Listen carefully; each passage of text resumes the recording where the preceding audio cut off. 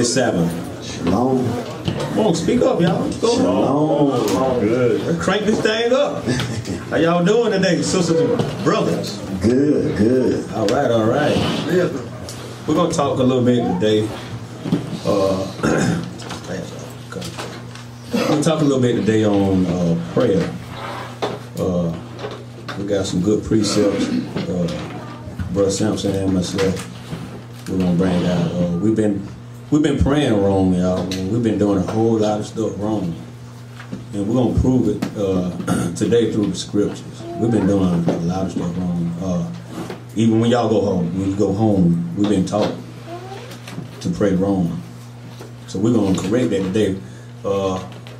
Since y'all been coming to ROI, we've been on the right path. We've been on the right path. Before you, like when you go home to pray, and you know how we've been taught to pray, we've been praying wrong. We've been selfish. We've been praying for ourselves. We're not supposed to do that. We're supposed to pray for our kingdom. What we just did, the prayer, the Lord's Prayer, Matthew, we just read. There's a lot of key stuff in there we haven't been paying any attention to. But we're supposed to be praying for our kingdom to come. That's what we're supposed to be doing every day. We're supposed to pray for our kingdom. We're going to prove it through the prophets, the disciples. All of their prayers was never about money or monetary things, or Lord help me get a car, or help me get this job, and help me do all this stuff like that. It was never about that. It was always the kingdom to come. And we saying it in the prayer, but we ain't really paying it any attention. But we're gonna bring some notice to it today, and we're gonna get on the right path. With that being said, we're going to start out in the book of Romans, chapter 15, verse 4. Yeah, I heard it before. Romans 15, verse 4.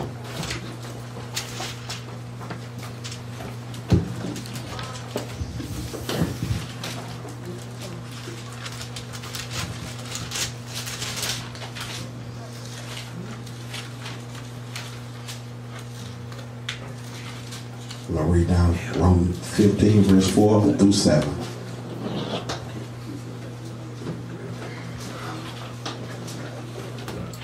The book of Romans, chapter 15, verse 4. For whatsoever things were written aforetime were written for our learning. So the prophet, the apostle Paul said, whatever things were written aforetime was written for our learning. Go ahead. That we through patience and comfort of the scriptures might have hope. So that we might have hope through these scriptures. So we're going to see, do anyone know where the scriptures are? Where to find scriptures? Because these are letters which Paul wrote. Do anybody know in the class where to find the scriptures? Torah. It's Torah. Torah. That's a good answer. We're gonna see. We're gonna go to the book of Luke, chapter 24, verse 27.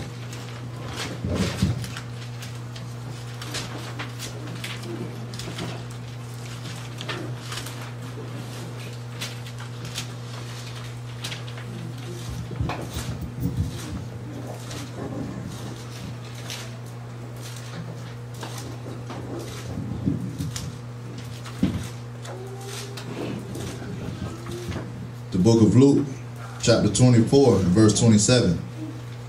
And beginning at Moses. Beginning at where? At Moses. Beginning at Moses. Go ahead.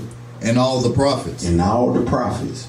He expounded unto them in all the scriptures the things concerning himself. So he expounded in all the scriptures concerning the things of himself. So to find the scriptures, you would have to go to the beginning of Moses and all the prophets.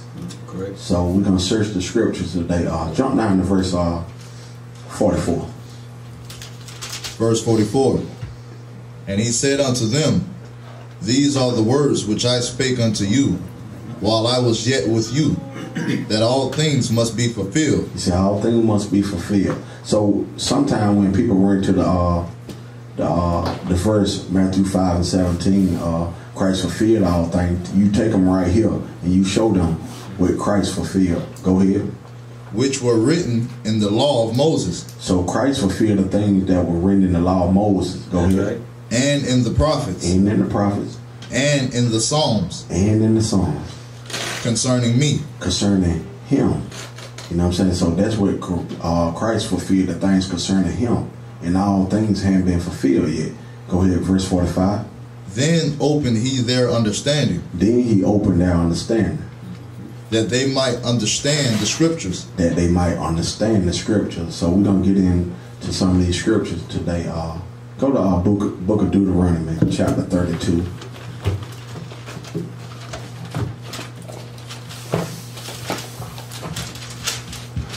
And verse 7.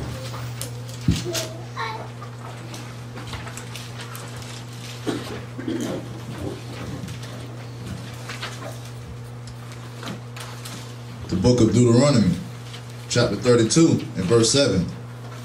Remember the days of old. So he said, remember the days of old. Consider the years of many generations. Ask thy father. Ask thy who? Ask thy father, Ask thy father. and he will shew thee. Thy elders, and they will tell thee. So today we're going to search on how we should be praying and what we should be praying about. So that's what we're supposed to do. Ask the Father, and he will show us these things. So we're going to search and we're going to find out. 1 Timothy chapter 2, verse 8. 1 Timothy chapter 2, verse 8.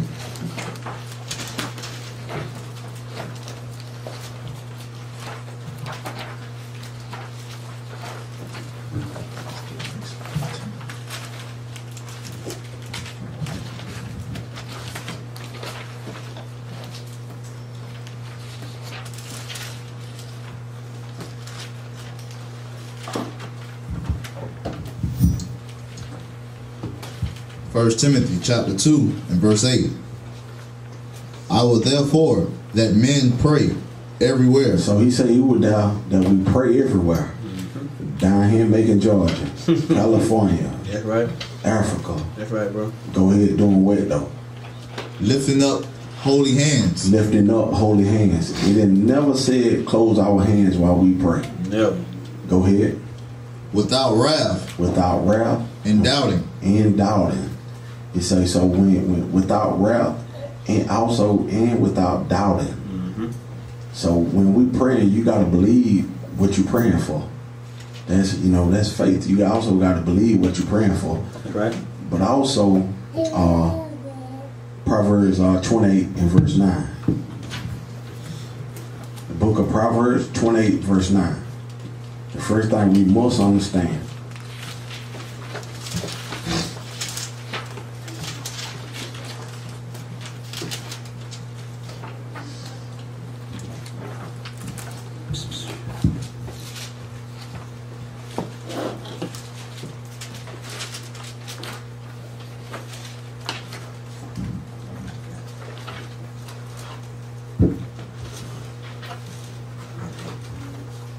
Go ahead. The book of Proverbs chapter 28 verse 9. He that turneth away his ear from hearing the law. So he say, he that turn away his ear from hearing the law. Even his prayer shall be an abomination. So that's the first thing we gotta know. If we turning away our ear from hearing this law, your prayer, he don't hear your prayer. He said your prayer will be abomination.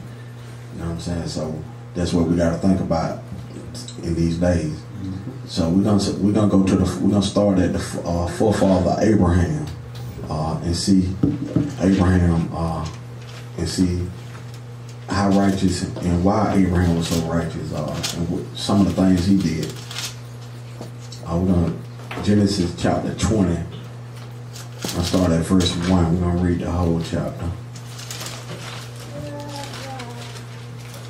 18 verses, 9 verses apiece. Bro.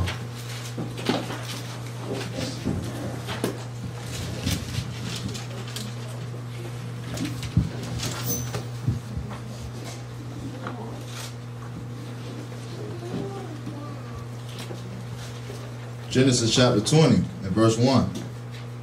And Abraham journeyed from thence toward the south country, and dwelt between Kadesh and Shur, and sojourned in Gerar. And Abraham said of Sarah his wife, She is my sister. She is my what? She is my sister. Go ahead. And Abimelech, king of Gerar, sent and took Sarah.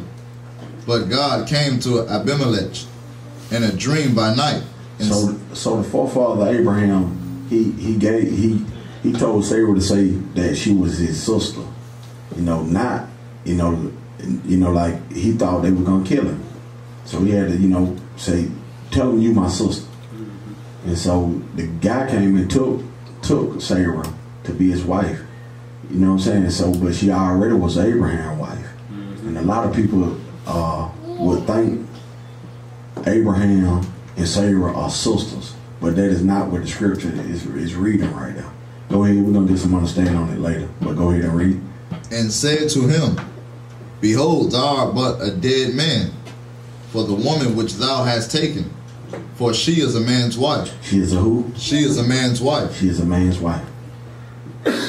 But Abimelech had not come near her, and he said, Lord, wilt thou slay also a righteous nation? Said he not unto me, She is my sister. And she, even she herself said, He is my brother. So that's just like Sister Cheryl and Brother Charles. She still, even though Cheryl is his wife, she's still his sister at the same time. Go ahead. In the integrity of my heart and innocency of my hands have I done this. And God said unto him in a dream, Yea, I know that thou didst this in the integrity of thy heart, for I also withheld thee from sinning against me. Therefore suffered I thee not to touch her. Now, therefore restore the man his wife, for he is a prophet. And so that's another key right there. Abraham also is a prophet. Go ahead. And he shall pray for thee. And Abraham will pray for thee. So that's a righteous man right now. Go ahead. And thou shalt live. And if thou restore her not, know that thou shalt surely die, thou and all that are thine. So you don't get this woman Sarah back. I will take your life. Go ahead. Therefore Abimelech rose early in the morning, and called all his servants, and told all these things in their ears. And the men were sore afraid. Then Abimelech called Abraham, and said unto him, What hast thou done unto us? And what have I offended thee, that thou hast brought on me and on my kingdom a great sin? Thou hast done deeds unto me that ought not to be done. And Abimelech said unto Abraham, What sawest thou, that thou hast done this thing? And Abraham said, Because I thought surely, the fear of God is not in this place, and they will slay me for my wife's sake. So that's why Abraham gave his wife Sarah away, because he thought they would slay him. Go ahead. And yet indeed she is my sister. She is my sister. She is the daughter of my father. The daughter of my father, meaning they come out the same nation. Go ahead. But not the daughter of my mother. But not the daughter of my mother. And she became my wife. And she became my wife. So, we're going to start right there. Jump back to Genesis 12. Genesis 12. What,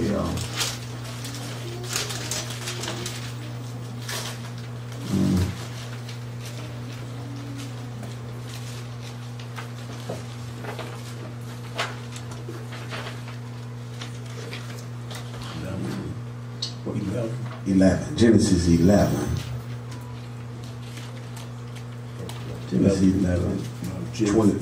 27. Genesis 11 and 27. Genesis chapter 11, verse 27. Now these are the generations of Terah. Terah is the father of Abraham. Go ahead. Terah begot Abraham, Nahor, and Haran begot Lot. So Terah had 3 sons, Abraham, Nahor, and Haran. And Haran is the father of Lot. Go ahead. And Haran died So Haran died before his father Terah in the land of his nativity in Ur of the Chaldees. Go ahead. And Abram and Nahor took them wives. So the other 2 brothers, they took them wives. Go ahead. The name of Abram's wife was Sarai, Sarah. Go ahead. and the name of Nahor's wife Milcah, Milcah. Go ahead. the daughter of Haran. Oh, so the daughter of Haran. So he took his brother's child, Milcah.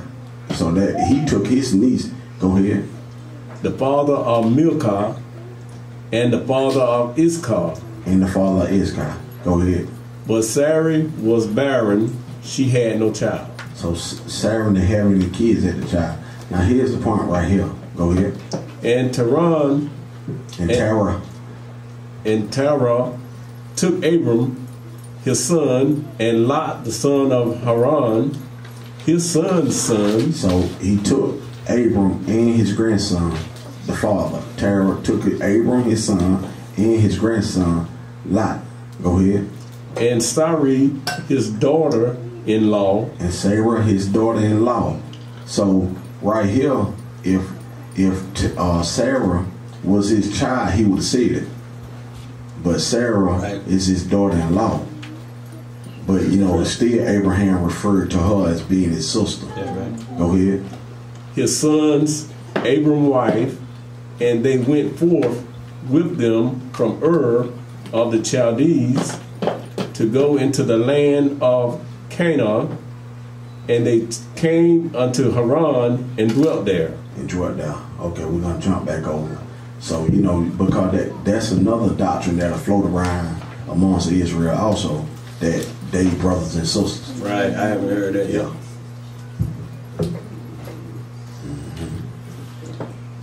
All right, back to Genesis 20. What verse was that, bro? Where you start at? 20. 12. I think you start at 12. Where you start at 12? Verse 12. Genesis chapter 20 and verse 12. And yet indeed, she is my sister. She is the daughter of my father, She is the daughter of my father. Go ahead. but not the daughter of my mother. And she became my wife. And it came to pass, when God caused me to wander from my father's house, that I said unto her, This is thy kindness, which thou shalt shew unto me, at every place whither we shall come. Say of me, he is my brother. So say if he is my brother. Tell her. And Abimelech took sheep, and oxen, and men servants, and woman servants, and gave them unto Abraham, and restored him Sarah his wife. So he knew that God wasn't playing. So he hurried up and